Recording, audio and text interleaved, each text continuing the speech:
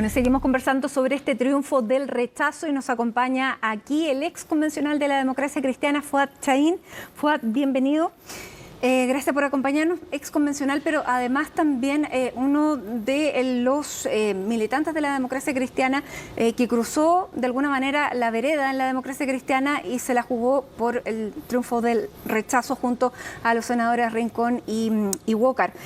Bueno, ¿cómo ve el triunfo y cómo lo explica también como ex convencional?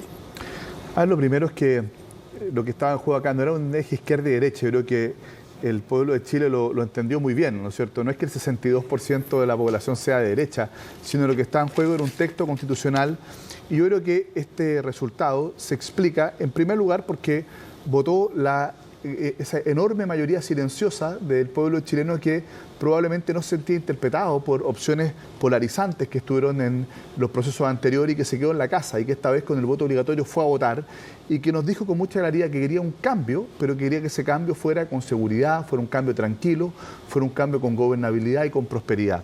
Pero además, ¿no es cierto?, porque creo que hay algunos elementos que son bien importantes. En primer lugar, un mal texto, pero que de alguna forma representa cierto sentido que afectó a el alma de Chile, a la chilenidad, porque era refundacional no solo desde el punto de vista de sus instituciones, sino que también de nuestros símbolos, nuestras tradiciones, y de alguna manera la ciudadanía entendió que esto era más bien un experimento con normas e instituciones copiadas de otros países que nada tenían que ver con nuestra realidad. Y por eso que mucha gente sintió que lo que estaba amenazado era la esencia de nuestro país.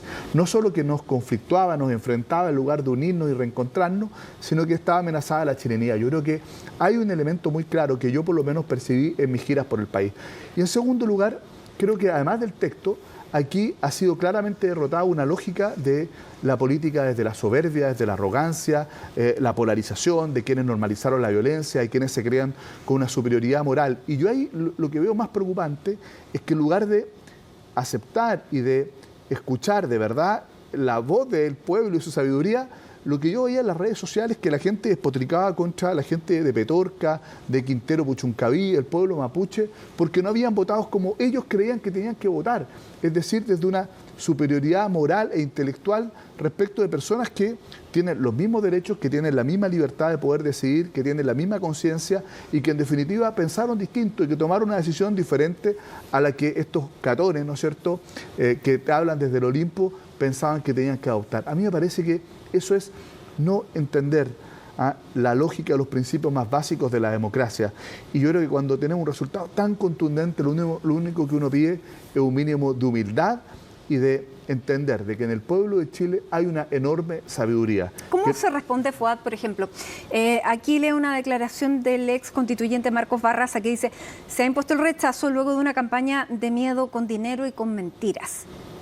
La diputada Carmen Hertz también atribuía a las mentiras, a los medios, que no tuvo el mismo peso en la posición del apruebo, que básicamente distribuyeron el mensaje del rechazo. Bueno, yo creo que esa fue la arrogancia que fue absolutamente derrotada el día de ayer y que hoy día, en lugar de rectificar, lo que hacen es profundizar en esa actitud, porque yo creo que la gente claramente entendió lo que significaba esta nueva Constitución. Se hizo un tremendo esfuerzo por explicar todos los medios de comunicación, el propio gobierno con voto informado, los propios convencionales desplegados en el país, y la gente tomó una decisión distinta a lo que ellos querían.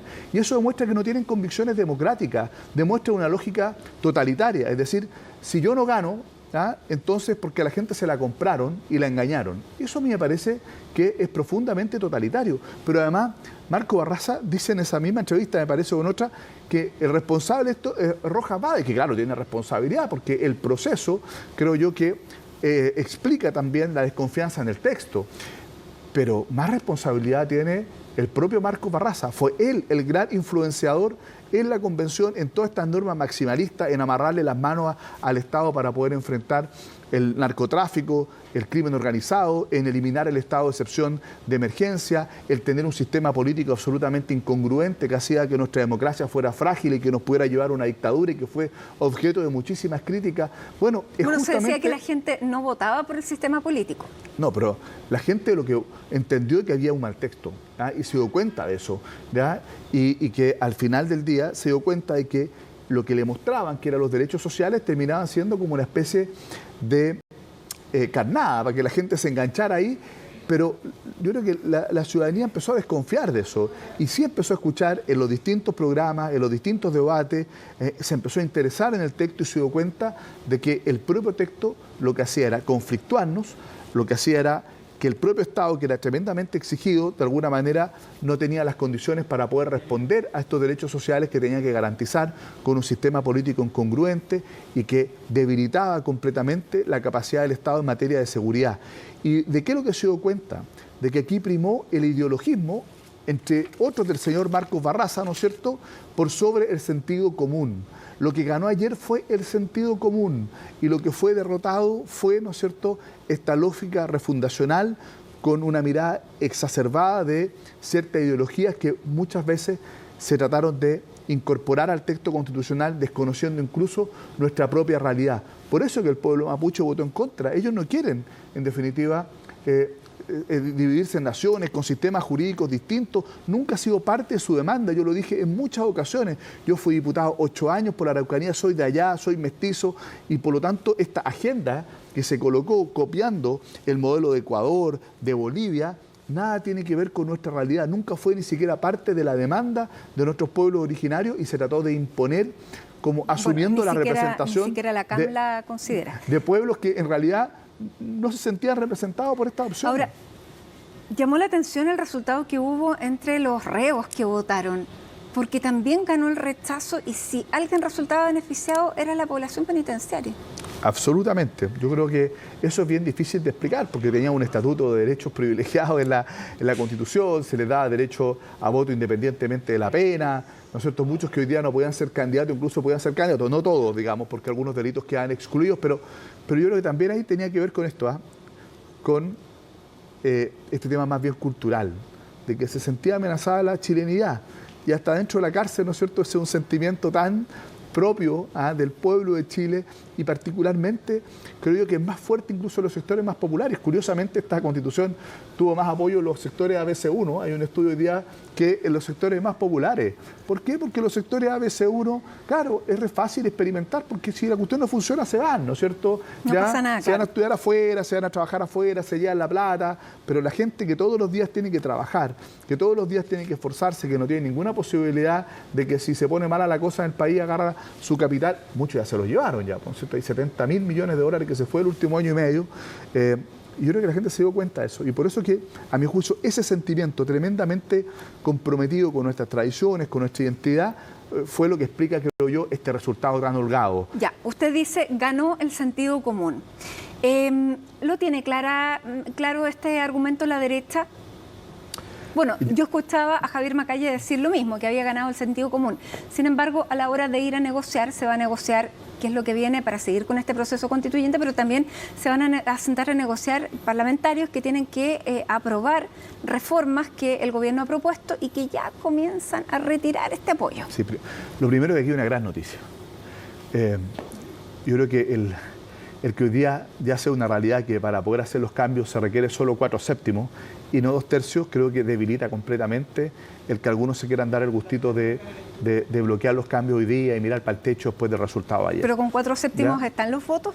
Están los votos porque creo que hay una derecha que está realmente comprometida con el proceso democrático, que se da cuenta de que así como la gente castigó este ánimo refundacional, también va a castigar si es que no se cumple el compromiso de darnos una constitución que nos reencuentre y que nos permita co-construir un horizonte compartido hacia el futuro. Pero estos 24 puntos, así como se criticó a los constituyentes que se pasaron de rosca, que fueron maximalistas, ¿puede llevar a la tentación de al otro lado también pasarse de rosca? Bueno, yo creo que eso sería una gran irresponsabilidad y por eso que es tan importante que nosotros, quienes estamos en la centroizquierda y que estamos comprometidos con una nueva constitución, vamos a ser protagonistas y vamos a impulsar, y ya nos reunimos hoy día en la mañana, los distintos movimientos políticos, ciudadanos que desde la centroizquierda, no sé, una que nos una, Amarillo, estaba gente del sur, ya centroizquierda por el rechazo, nos juntamos hoy día para decir cómo nos empezamos a organizar, porque nosotros no vamos a permitir que el rechazo nos deje donde estamos. Creo que eso sería en definitiva una tremenda irresponsabilidad histórica. Y yo ayer estuve en algunos programas de televisión con liderazgos bien destacados de la derecha que lo que nos han reafirmado es que van a cumplir ese compromiso. Hoy día entonces creo yo que el presidente de la República, en su rol de jefe de Estado, junto con el presidente del Senado, el presidente de la Cámara de Diputados, tiene que convocar un gran acuerdo nacional para poder avanzar en esta línea. Ellos hoy día son los que nos tienen que convocar. Nosotros estamos disponibles para colaborar, para poder aportar, estamos trabajando en ideas para poder tener una nueva convención, pero que corrija los errores del proceso anterior, que no parta desde cero. Yo creo que no solo en el texto, sino que en el proceso de la convención hay muchas cosas muy interesantes, opiniones de expertos, iniciativas populares, iniciativas de constituyentes. Hay un debate muy rico que no podemos desaprovechar, sino que es un insumo fundamental para un nuevo proceso, así como en el proceso de Bachelet, de los cabildos, de los encuentros autoconvocados, de la propuesta que presentó algunos días antes de dejar su mandato. Bueno, recojamos ambas propuestas como un punto de partida y a lo mejor no en un año, en 6 meses, y no 155, a lo mejor 50 convencionales, algo mucho más sobrio, más acotado, más austero, más eficiente, le puede plantear al pueblo de Chile una nueva alternativa. Y yo creo que eso sí, creo yo que haría que la gente vuelva a ir recuperando la confianza en la política, en las instituciones. El pueblo de Chile nos ha dado una nueva oportunidad. No tenemos derecho a defraudarla. No tenemos derecho. Sería no estar a la altura de lo que nos exige la historia. ¿Qué le pasó ayer cuando vio a José Antonio Kast aparecer y dar este discurso prácticamente como candidato? Oportunista. Yo creo que, entre otras cosas, el resultado de ayer fue porque no apareció José Antonio Kast. Y yo creo que la gente se da cuenta de eso cuando escuchaba después ayer al senador Rojo Edwards, ya con un oportunismo gigantesco, pero la gente castiga eso. Eso fue, mire, los dos extremos, ¿ya? Fueron tremendamente castigados, fueron los dos grandes derrotados, ¿ya? Y yo creo que entonces este tremendo espacio que se genera, ¿ah? De gente que votó apruebo en el plebiscito de entrada y que hoy día votó rechazo, que probablemente votó por Boric en la segunda vuelta y que hoy día votó rechazo, nos demuestra que hay una gran oportunidad, más allá del proceso constituyente también, para un proceso político que permita aglutinar a fuerzas de centro izquierda, progresistas, pero que de alguna manera ofrezca una alternativa de prosperidad, de gobernabilidad, de paz. Y yo creo que más allá del proceso constituyente, y si es que no estamos conscientes de esa oportunidad, ¿ya? Y seguimos cada uno de los sectores del centro como vagones de cola de las alternativas más extremas, creo yo que vamos a desaprovechar también una oportunidad política. ¿Y ustedes dónde se van a situar? Usted, Fuad Chahín, con Jimena Rincón, con Matías Walker, con Amarillos por Chile, ¿van a poder formar un conglomerado con Felipe Arboy que está planteando formar un nuevo partido político efectivamente de centro? Bueno, ¿Usted se ve ahí adentro? Yo creo que es muy importante que florezcan mil flores en este espacio. Yo quiero hacerlo desde la democracia cristiana. Es hacer un acuerdo frente a un voto plebiscitario y otra cosa es hacer un partido político. No, pero yo quiero hacerlo desde la democracia cristiana, hacer una federación de centro, una federación de partidos de centro. Ya, usted no se va de la democracia cristiana, a no ser que lo echen, pero ya parece que no lo van a echar. No sé lo que va a pasar, pero yo espero que nuestro partido recapacite, que nuestro partido reconecte no solo con su electorado, con su militancia. ¿Ya? Yo no veo todavía una frase de autocrítica de lo que ha ocurrido, ¿no es cierto?, con la decisión del partido. ¿Se va a ir Felipe sin del Pin? escuchar. Yo no lo sé, yo por lo menos cuando era presidente del partido me tocó enfrentar en un mismo día 4 elecciones.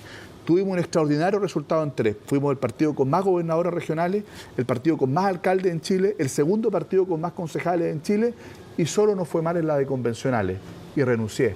Porque creo que cuando uno tiene una responsabilidad política tiene que asumirla pensando en el bien superior del partido. Ya, usted ahora ya es ex convencional, es ex presidente de la democracia cristiana, ex parlamentario. ¿Desde dónde va a ponerse a trabajar después de haber encabezado también esta campaña del rechazo? No. Yo estoy dispuesto a colaborar, a trabajar. Hoy día me reuní con el jefe de bancada de los diputados de la ADC, me reuní con la jefa de bancada de los senadores, con el presidente de la Comisión de Constitución del Senado y bueno, con los constitucionalistas del partido, que hay un equipo profesional extraordinario, que es un tremendo capital humano, y yo estoy dispuesto a colaborar, por ejemplo, a a poner a mi disposición lo que tengo, la experiencia de haber participado en este proceso, de haber negociado con aciertos importantes como el voto obligatorio, que fue algo que nosotros exigimos en esa negociación del 15 de noviembre, y también con errores. Yo creo que de alguna manera uno de los errores que tuvimos en ese acuerdo del 15 de noviembre en que los partidos abdicamos de nuestro rol.